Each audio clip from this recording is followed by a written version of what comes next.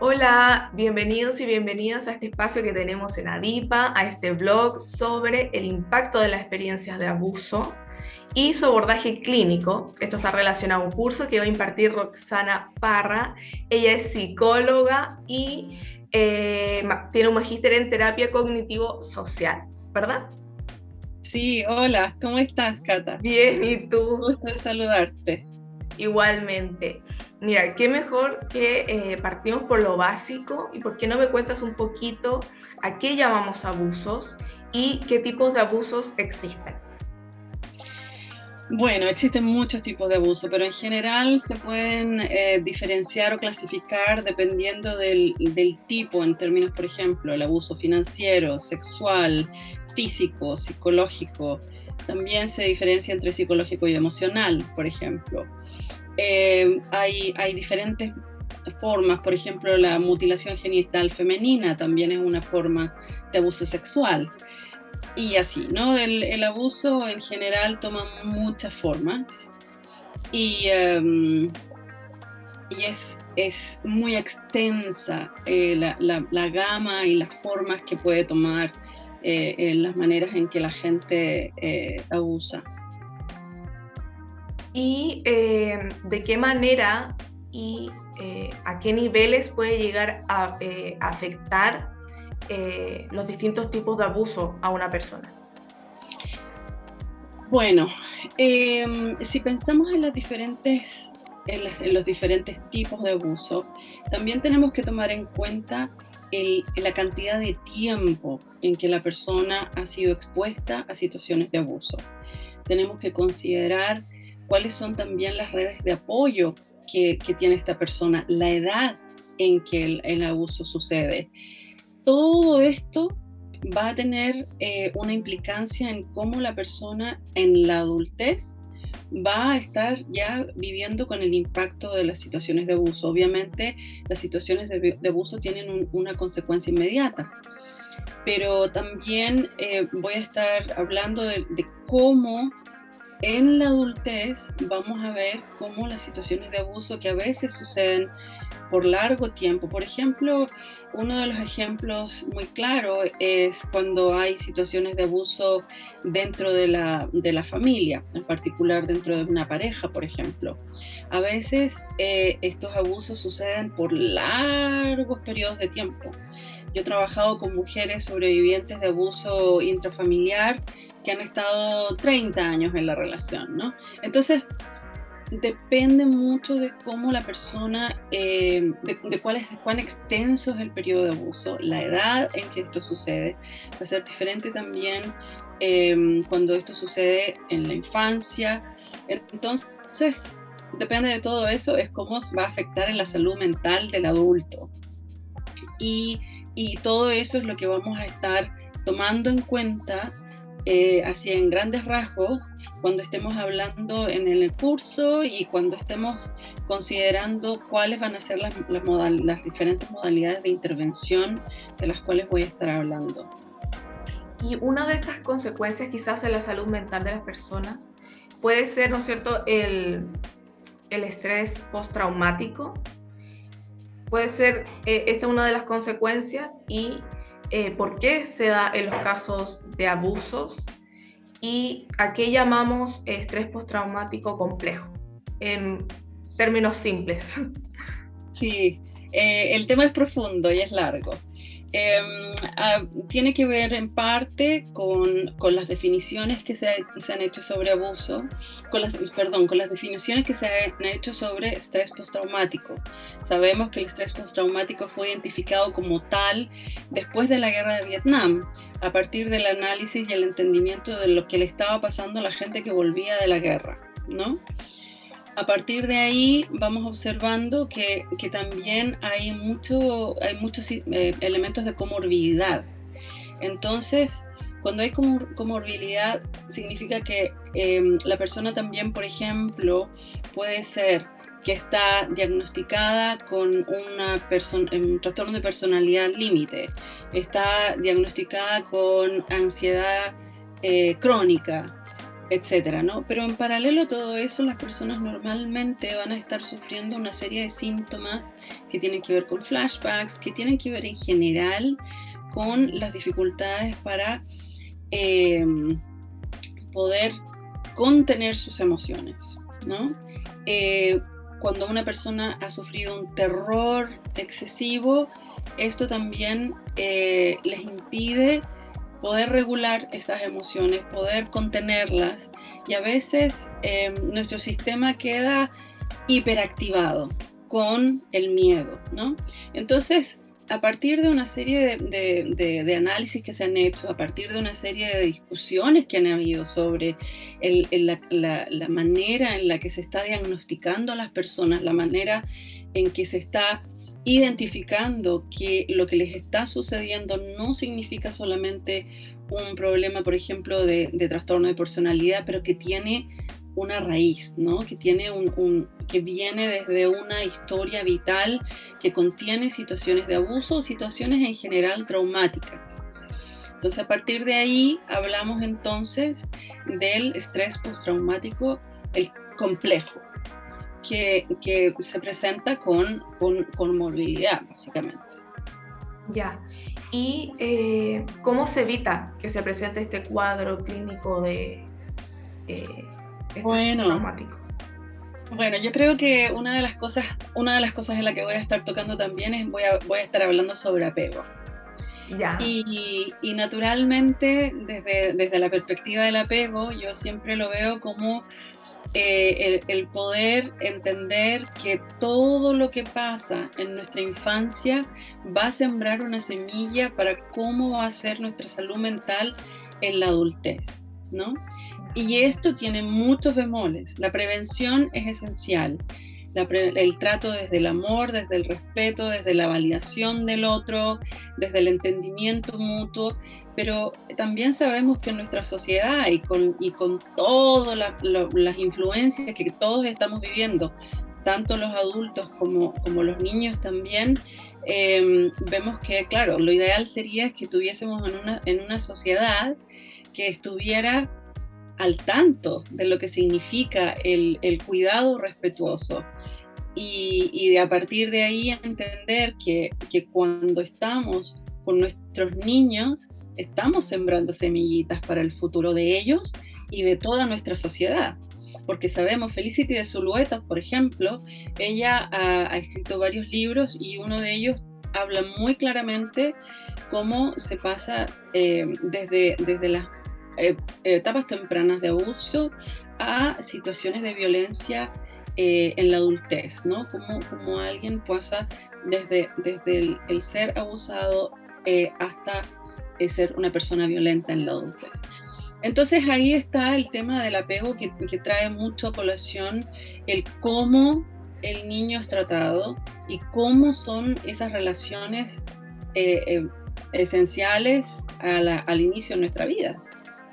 O sea, el apego, en el caso de que una persona sufra un hecho traumático durante su vida, o sea víctima, ¿no es cierto?, de un abuso, independiente de cuál sea, si es que recibió este apego positivo, por así decirlo, durante su infancia va a influir si es que desarrolla consecuencias graves como el estrés postraumático. El apego puede tener tiene muchas características, ¿no? Y depende de la calidad del apego, es las herramientas que una persona va a ir desarrollando para poder enfrentar situaciones difíciles a lo largo de la vida. Pueden ser, por ejemplo, un duelo, puede ser un accidente, puede ser una situación de abuso, puede ser cualquier situación que genera altos niveles de estrés. Esta capacidad de enfrentar estas situaciones que conocemos normalmente como resiliencia, va a ayudar a la persona a enfrentar esta situación con mejores o no tan con herramientas que son más o menos fuertes, ¿no? Y por lo tanto, y además, aunque una persona haya vivido situaciones de abuso en la infancia, va de todas maneras a desarrollar maneras de navegar estas situaciones que son difíciles y a partir de ahí va a crear ciertas maneras de relacionarse y eso se va a formar como lo que esta persona en la adultez va a entender como el apego, ¿no? Y que lo vamos a poder ver, por ejemplo, en los distintos tipos de apego y de cómo eh, Bowlby hablaba de que el apego es se crean caminos, ¿no? Cuando alguien está eh, creciendo, se van creando caminos por los cuales esta persona va a ir avanzando, ¿no? Hay bifurcaciones en nuestra vida. Y esto no es una línea recta, sino que son caminos que van avanzando, que van influenciados también por relaciones diferentes. No solamente por la relación que un niño, por ejemplo, va a tener con la mamá, sino también está el padre, están los tíos, las tías, los abuelos, las abuelas, están los profesores. Hay muchas personas que pueden tener una influencia en la vida de alguien que les va a ayudar a crear este sentido de resiliencia del que estamos hablando. Y a la larga les va a hacer mucho más resilientes ante las dificultades y por lo tanto su salud mental va a estar con un pie un poquito más fuerte, ¿no? Que otros que han sobrevivido constantemente situaciones que son que les ponen al límite del miedo y de las dificultades en general, ¿no? Entonces ahí es donde está la diferencia. Y aquellos que han vivido situaciones de abuso no solamente pueden desarrollar estrés postraumático, pueden no desarrollarlo también. Claro. Pero es natural que cuando hay una situación de alto estrés, pasemos un periodo donde vamos a vivir experiencias que tienen que ver con los flashbacks, con ansiedades con una alta ansiedad, con terrores, etc. Ahí vamos a estar hablando mucho más en detalles, que es esperable también, ¿no? Cuando alguien ha sido enfrentado a una situación que se puede considerar como traumática. Claro, como dijimos al principio, Roxana, ella va a impartir el curso de impacto de la experiencia de abuso y su abordaje clínico en psicoterapia desde una mirada integrativa, ¿no? Bueno, a mí me gustaría saber, ya que estábamos hablando del apego, cómo en estos casos, por ejemplo, influye en el abuso infantil el apego desorganizado, que es uno de los temas que creo que van a tocar en el curso.